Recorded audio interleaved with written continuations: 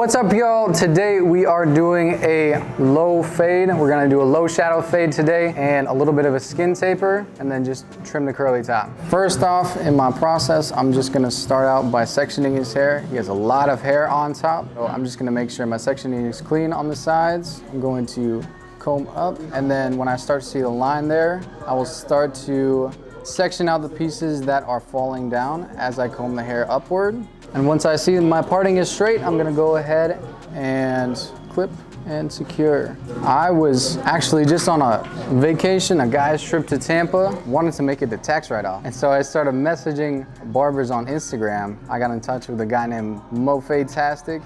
I said, hey, can I come shadow you? He said, yeah, slide through. And so I came in for a day and he said, yo, you should be part of Headlines, bro. You should come join the team. I had no idea that option was available to me. I was just working in the small town in South Dakota. When he told me that, lit a little bit of a fire in me just to see, would I be able to do something like that? Would I be able to actually move down to Florida? Would that be possible for me to move down to Florida and work at a Headlines shop?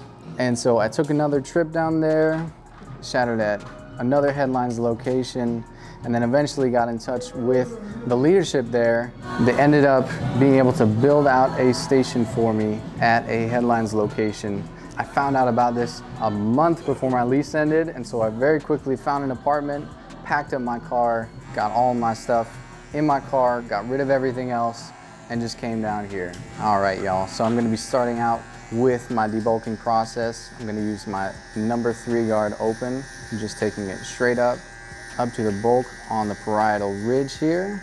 And as you can see, it has a little bit of different texture towards the front, and so just to get that to lay down so that my clippers can feed into it, I'm going to go downward towards the front so I don't cut into any excess bulk right there. So I'm going to go up to about ½ an inch before the parietal ridge where my parting is, and then I will start to flick out a little bit more with my clippers just to keep a little bit of bulk there. Because he has an undercut, I want to make sure that I have a little bit of length to kind of prop up his hair that's resting on top of there. A big mistake that I see a lot of barbers making is they kill the crown. So the crown portion is around this area of the head where a lot of the shape comes from in the haircut. They will just take the 3 or whatever they're debulking with and go straight up to the line there. But I always like to leave a little bit more shape, a little bit more roundness so that the back of the head isn't flat.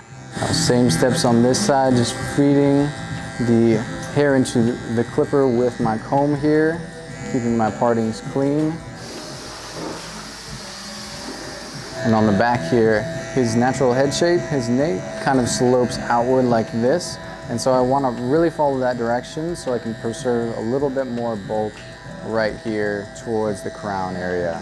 Now that I finished with that step, I'm going to take my 1.5 guard, I'm going to close it all the way, and I'm going to be creating my first guideline in the low fade here. We're doing a low shadow fade. So I'm gonna go about 1/3 of the way up here. Now this portion of the haircut, I know that everything beneath this point is going to be tapered down to skin, and so I want to create an even canvas for that as well. So nothing has to be completely perfect on the neckline area because that's all going to be faded out. Now I always use different areas of the head to kind of map how high I take my guidelines, and so when I'm doing a low fade, I'll always use usually the corner of the eyebrow here and place my guideline just a little bit above that if I'm doing a shadow fade. And one of the reasons the taper is going to really complement his hair type is he has a little bit less density right behind the ear there, and so that'll lighten up this area just a little bit and create an illusion of a more even density all around the head. Now that I've finished that side, I'm going to switch to this side, again using that same guideline, just the corner of the eyebrow there. And for my next guideline, I'm going to be going up about a finger's width with my number 2 guard, and I'm going to be going up, keeping the lever closed. These are actually one of my favorite clippers. I've used the Babyliss FX clippers. The first ones that I had were the Rose FX clippers. They've just been improved throughout every new generation and upgrade. I love using the snaps. The boosted ones are fire. and the FX ones are my favorite yet. Because I'm using a bigger guard here, I'm having to use a little bit more tension on the skin when I'm taking my guidelines up. Using bigger guards generally means that they're not gonna pick up hair quite as thoroughly, especially if it's fine hair like this. And so I wanna make sure that I keep tension, especially in the areas over the ear. All right, my next step is just gonna be opening up the 2 guard to pretty much all the way open. I usually do the 4th notch here, and then I'm just gonna be flicking out. Combing thoroughly to make sure that I reset the hair after every pass of the clipper. I'm just using very rapid motions here as I'm going up because I'm trying to create a very narrow point of transition right here in between my 2 closed and my 3 open. And I'm okay with leaving a little bit more bulk right here because I know that I can use things like my blending shears to reconcile this length with the weight on top of the sides here. And same steps on this side. As you can see, I have 2 guidelines right here. I'm just working on blending the portion from here all the way into the weight right here with my 2 open. I always start with lever open, and then if I see any dark spots that still need to be addressed, any areas that are super dense, like this area right here, usually on the back of the head, right before the crown, tends to be a little bit more naturally dense. And so if I'm still seeing a lot more darkness there, I will go ahead and close my lever a little bit. Still flick out into that bulk on the top there. It's never too early to start marketing to people because really, people need to know about you. And people love to see a story. People love to root for people. A lot of people think the reason that a barber is successful is simply how good they are at cutting hair, but it's really all of the aspects surrounding that. A lot of times people have bought into why I cut hair way before even seeing the haircut. They're already sold on me as a barber. So that's one thing I would definitely say. Final step of blending it out here, I'm going to take my 1 guard, I'm going to open it halfway, and I'm just flicking into that last line there. As you can see, it's pretty dense right here in between this area right in the middle of the head and the area above the ear. So I want to pay close attention to that, take a little bit more time addressing that area. This is not very uncommon to see where you start to see a little bit of a ducktail in the hairline. You might need to take a little bit of extra time just addressing this area because the hair in the center of the neckline is going to be super dense and naturally darker than any other area. So for my tapers, I usually don't start with the trimmer guideline. I'm working with hair that's already pretty short. I will just go ahead and just take my lever open. I like about this is it's essentially giving yourself 2 guidelines at once because you create the top guideline, which is the lever open guideline. When you go to erase that guideline with your lever closed at the bottom here, you don't need to waste time picking up your trimmers here. You can just go ahead and bald out everything below that at the end. Blending out the bottom guideline in between the 0 and the lever open are pretty simple. I will just go ahead and close my lever all the way. I will take it up about maybe 1/4 of an inch, and I'll make sure that I keep the skin taut right here. I will open up my lever as I go down. Next step, just taking my 1 lever closed, just flicking out here. I'm not really trying to create any guideline because I can just open up my lever as I go up and make sure that it's blended into the 1.5 here. I'll make sure to remember that my client's head moves. And so I don't have to get into any weird position or posture when I'm working. I just need to make sure that they know where they need to be so that I can do my job as effectively as possible. I'm gonna open it about halfway now and work my way up here. And you can see right here, it's not as dense right around here. And so in order to make it all make sense and match that, I'm actually going to close my lever a little bit more as I go up here. And that's going to amplify the effect of that low shadow fade that we're doing and bring everything together a little bit more. Very dark right here and very light around here. It's starting to look a little bit more evenly dense now that I've brought this area down with the 1 guard. I'm going to use my half guard, just start to corner out. I'm attacking the hair in the direction that it lays, following that ducktail pattern, using the hilt of my blade and my corners here. If it ducktails right here, if I want to address this darkness here, then I'll pull down in this direction and start to attack that, just like that. I'm just attacking this side. Pretty much have to use tension all throughout this area here. Last step in the taper right here. What's up, bro? Just balling out the very bottom portion with my trimmers here, holding the skin taut, just flicking out here. And lastly, I will just go ahead and edge up right here.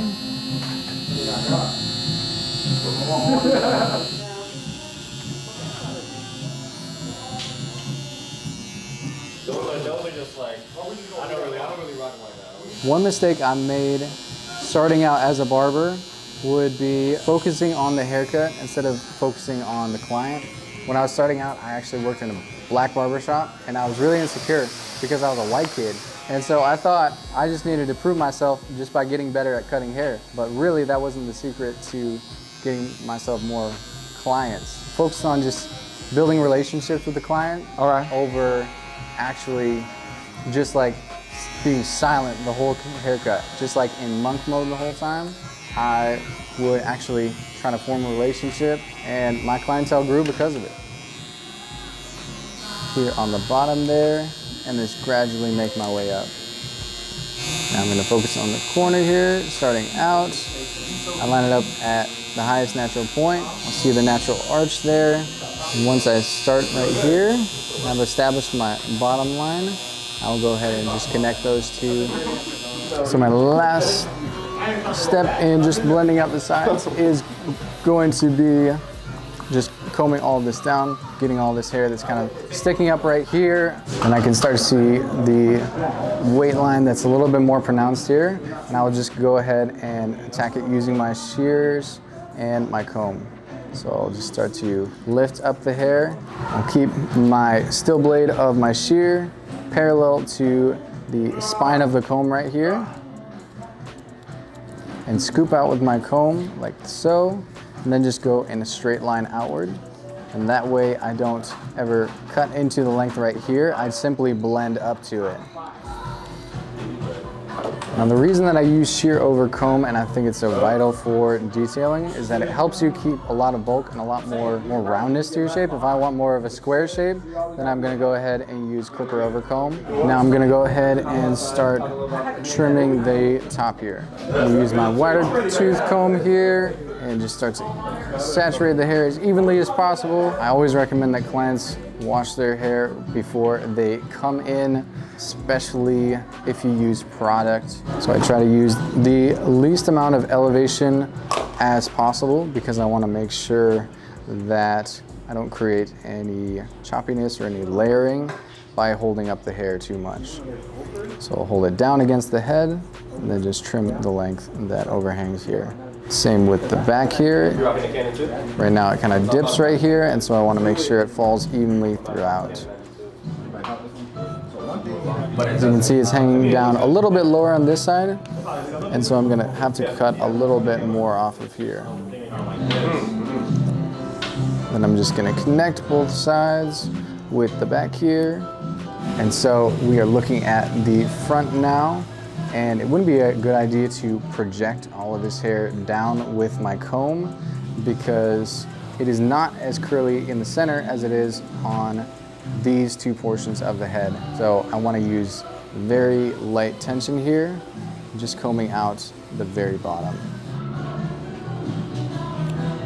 My goal right now is just to get an idea of how the hair lays when it springs back right here. Now that I've established my perimeter, I will just go ahead and just attack his layers on top and give him a little bit of shape here. Project with my comb. I'm using a wide tooth comb here.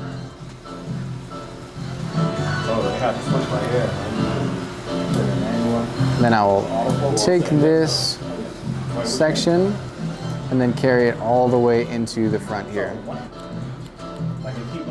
Projecting each side until my guide starts to fall out here, and then anything that sticks out beyond that point, like so, I can take off.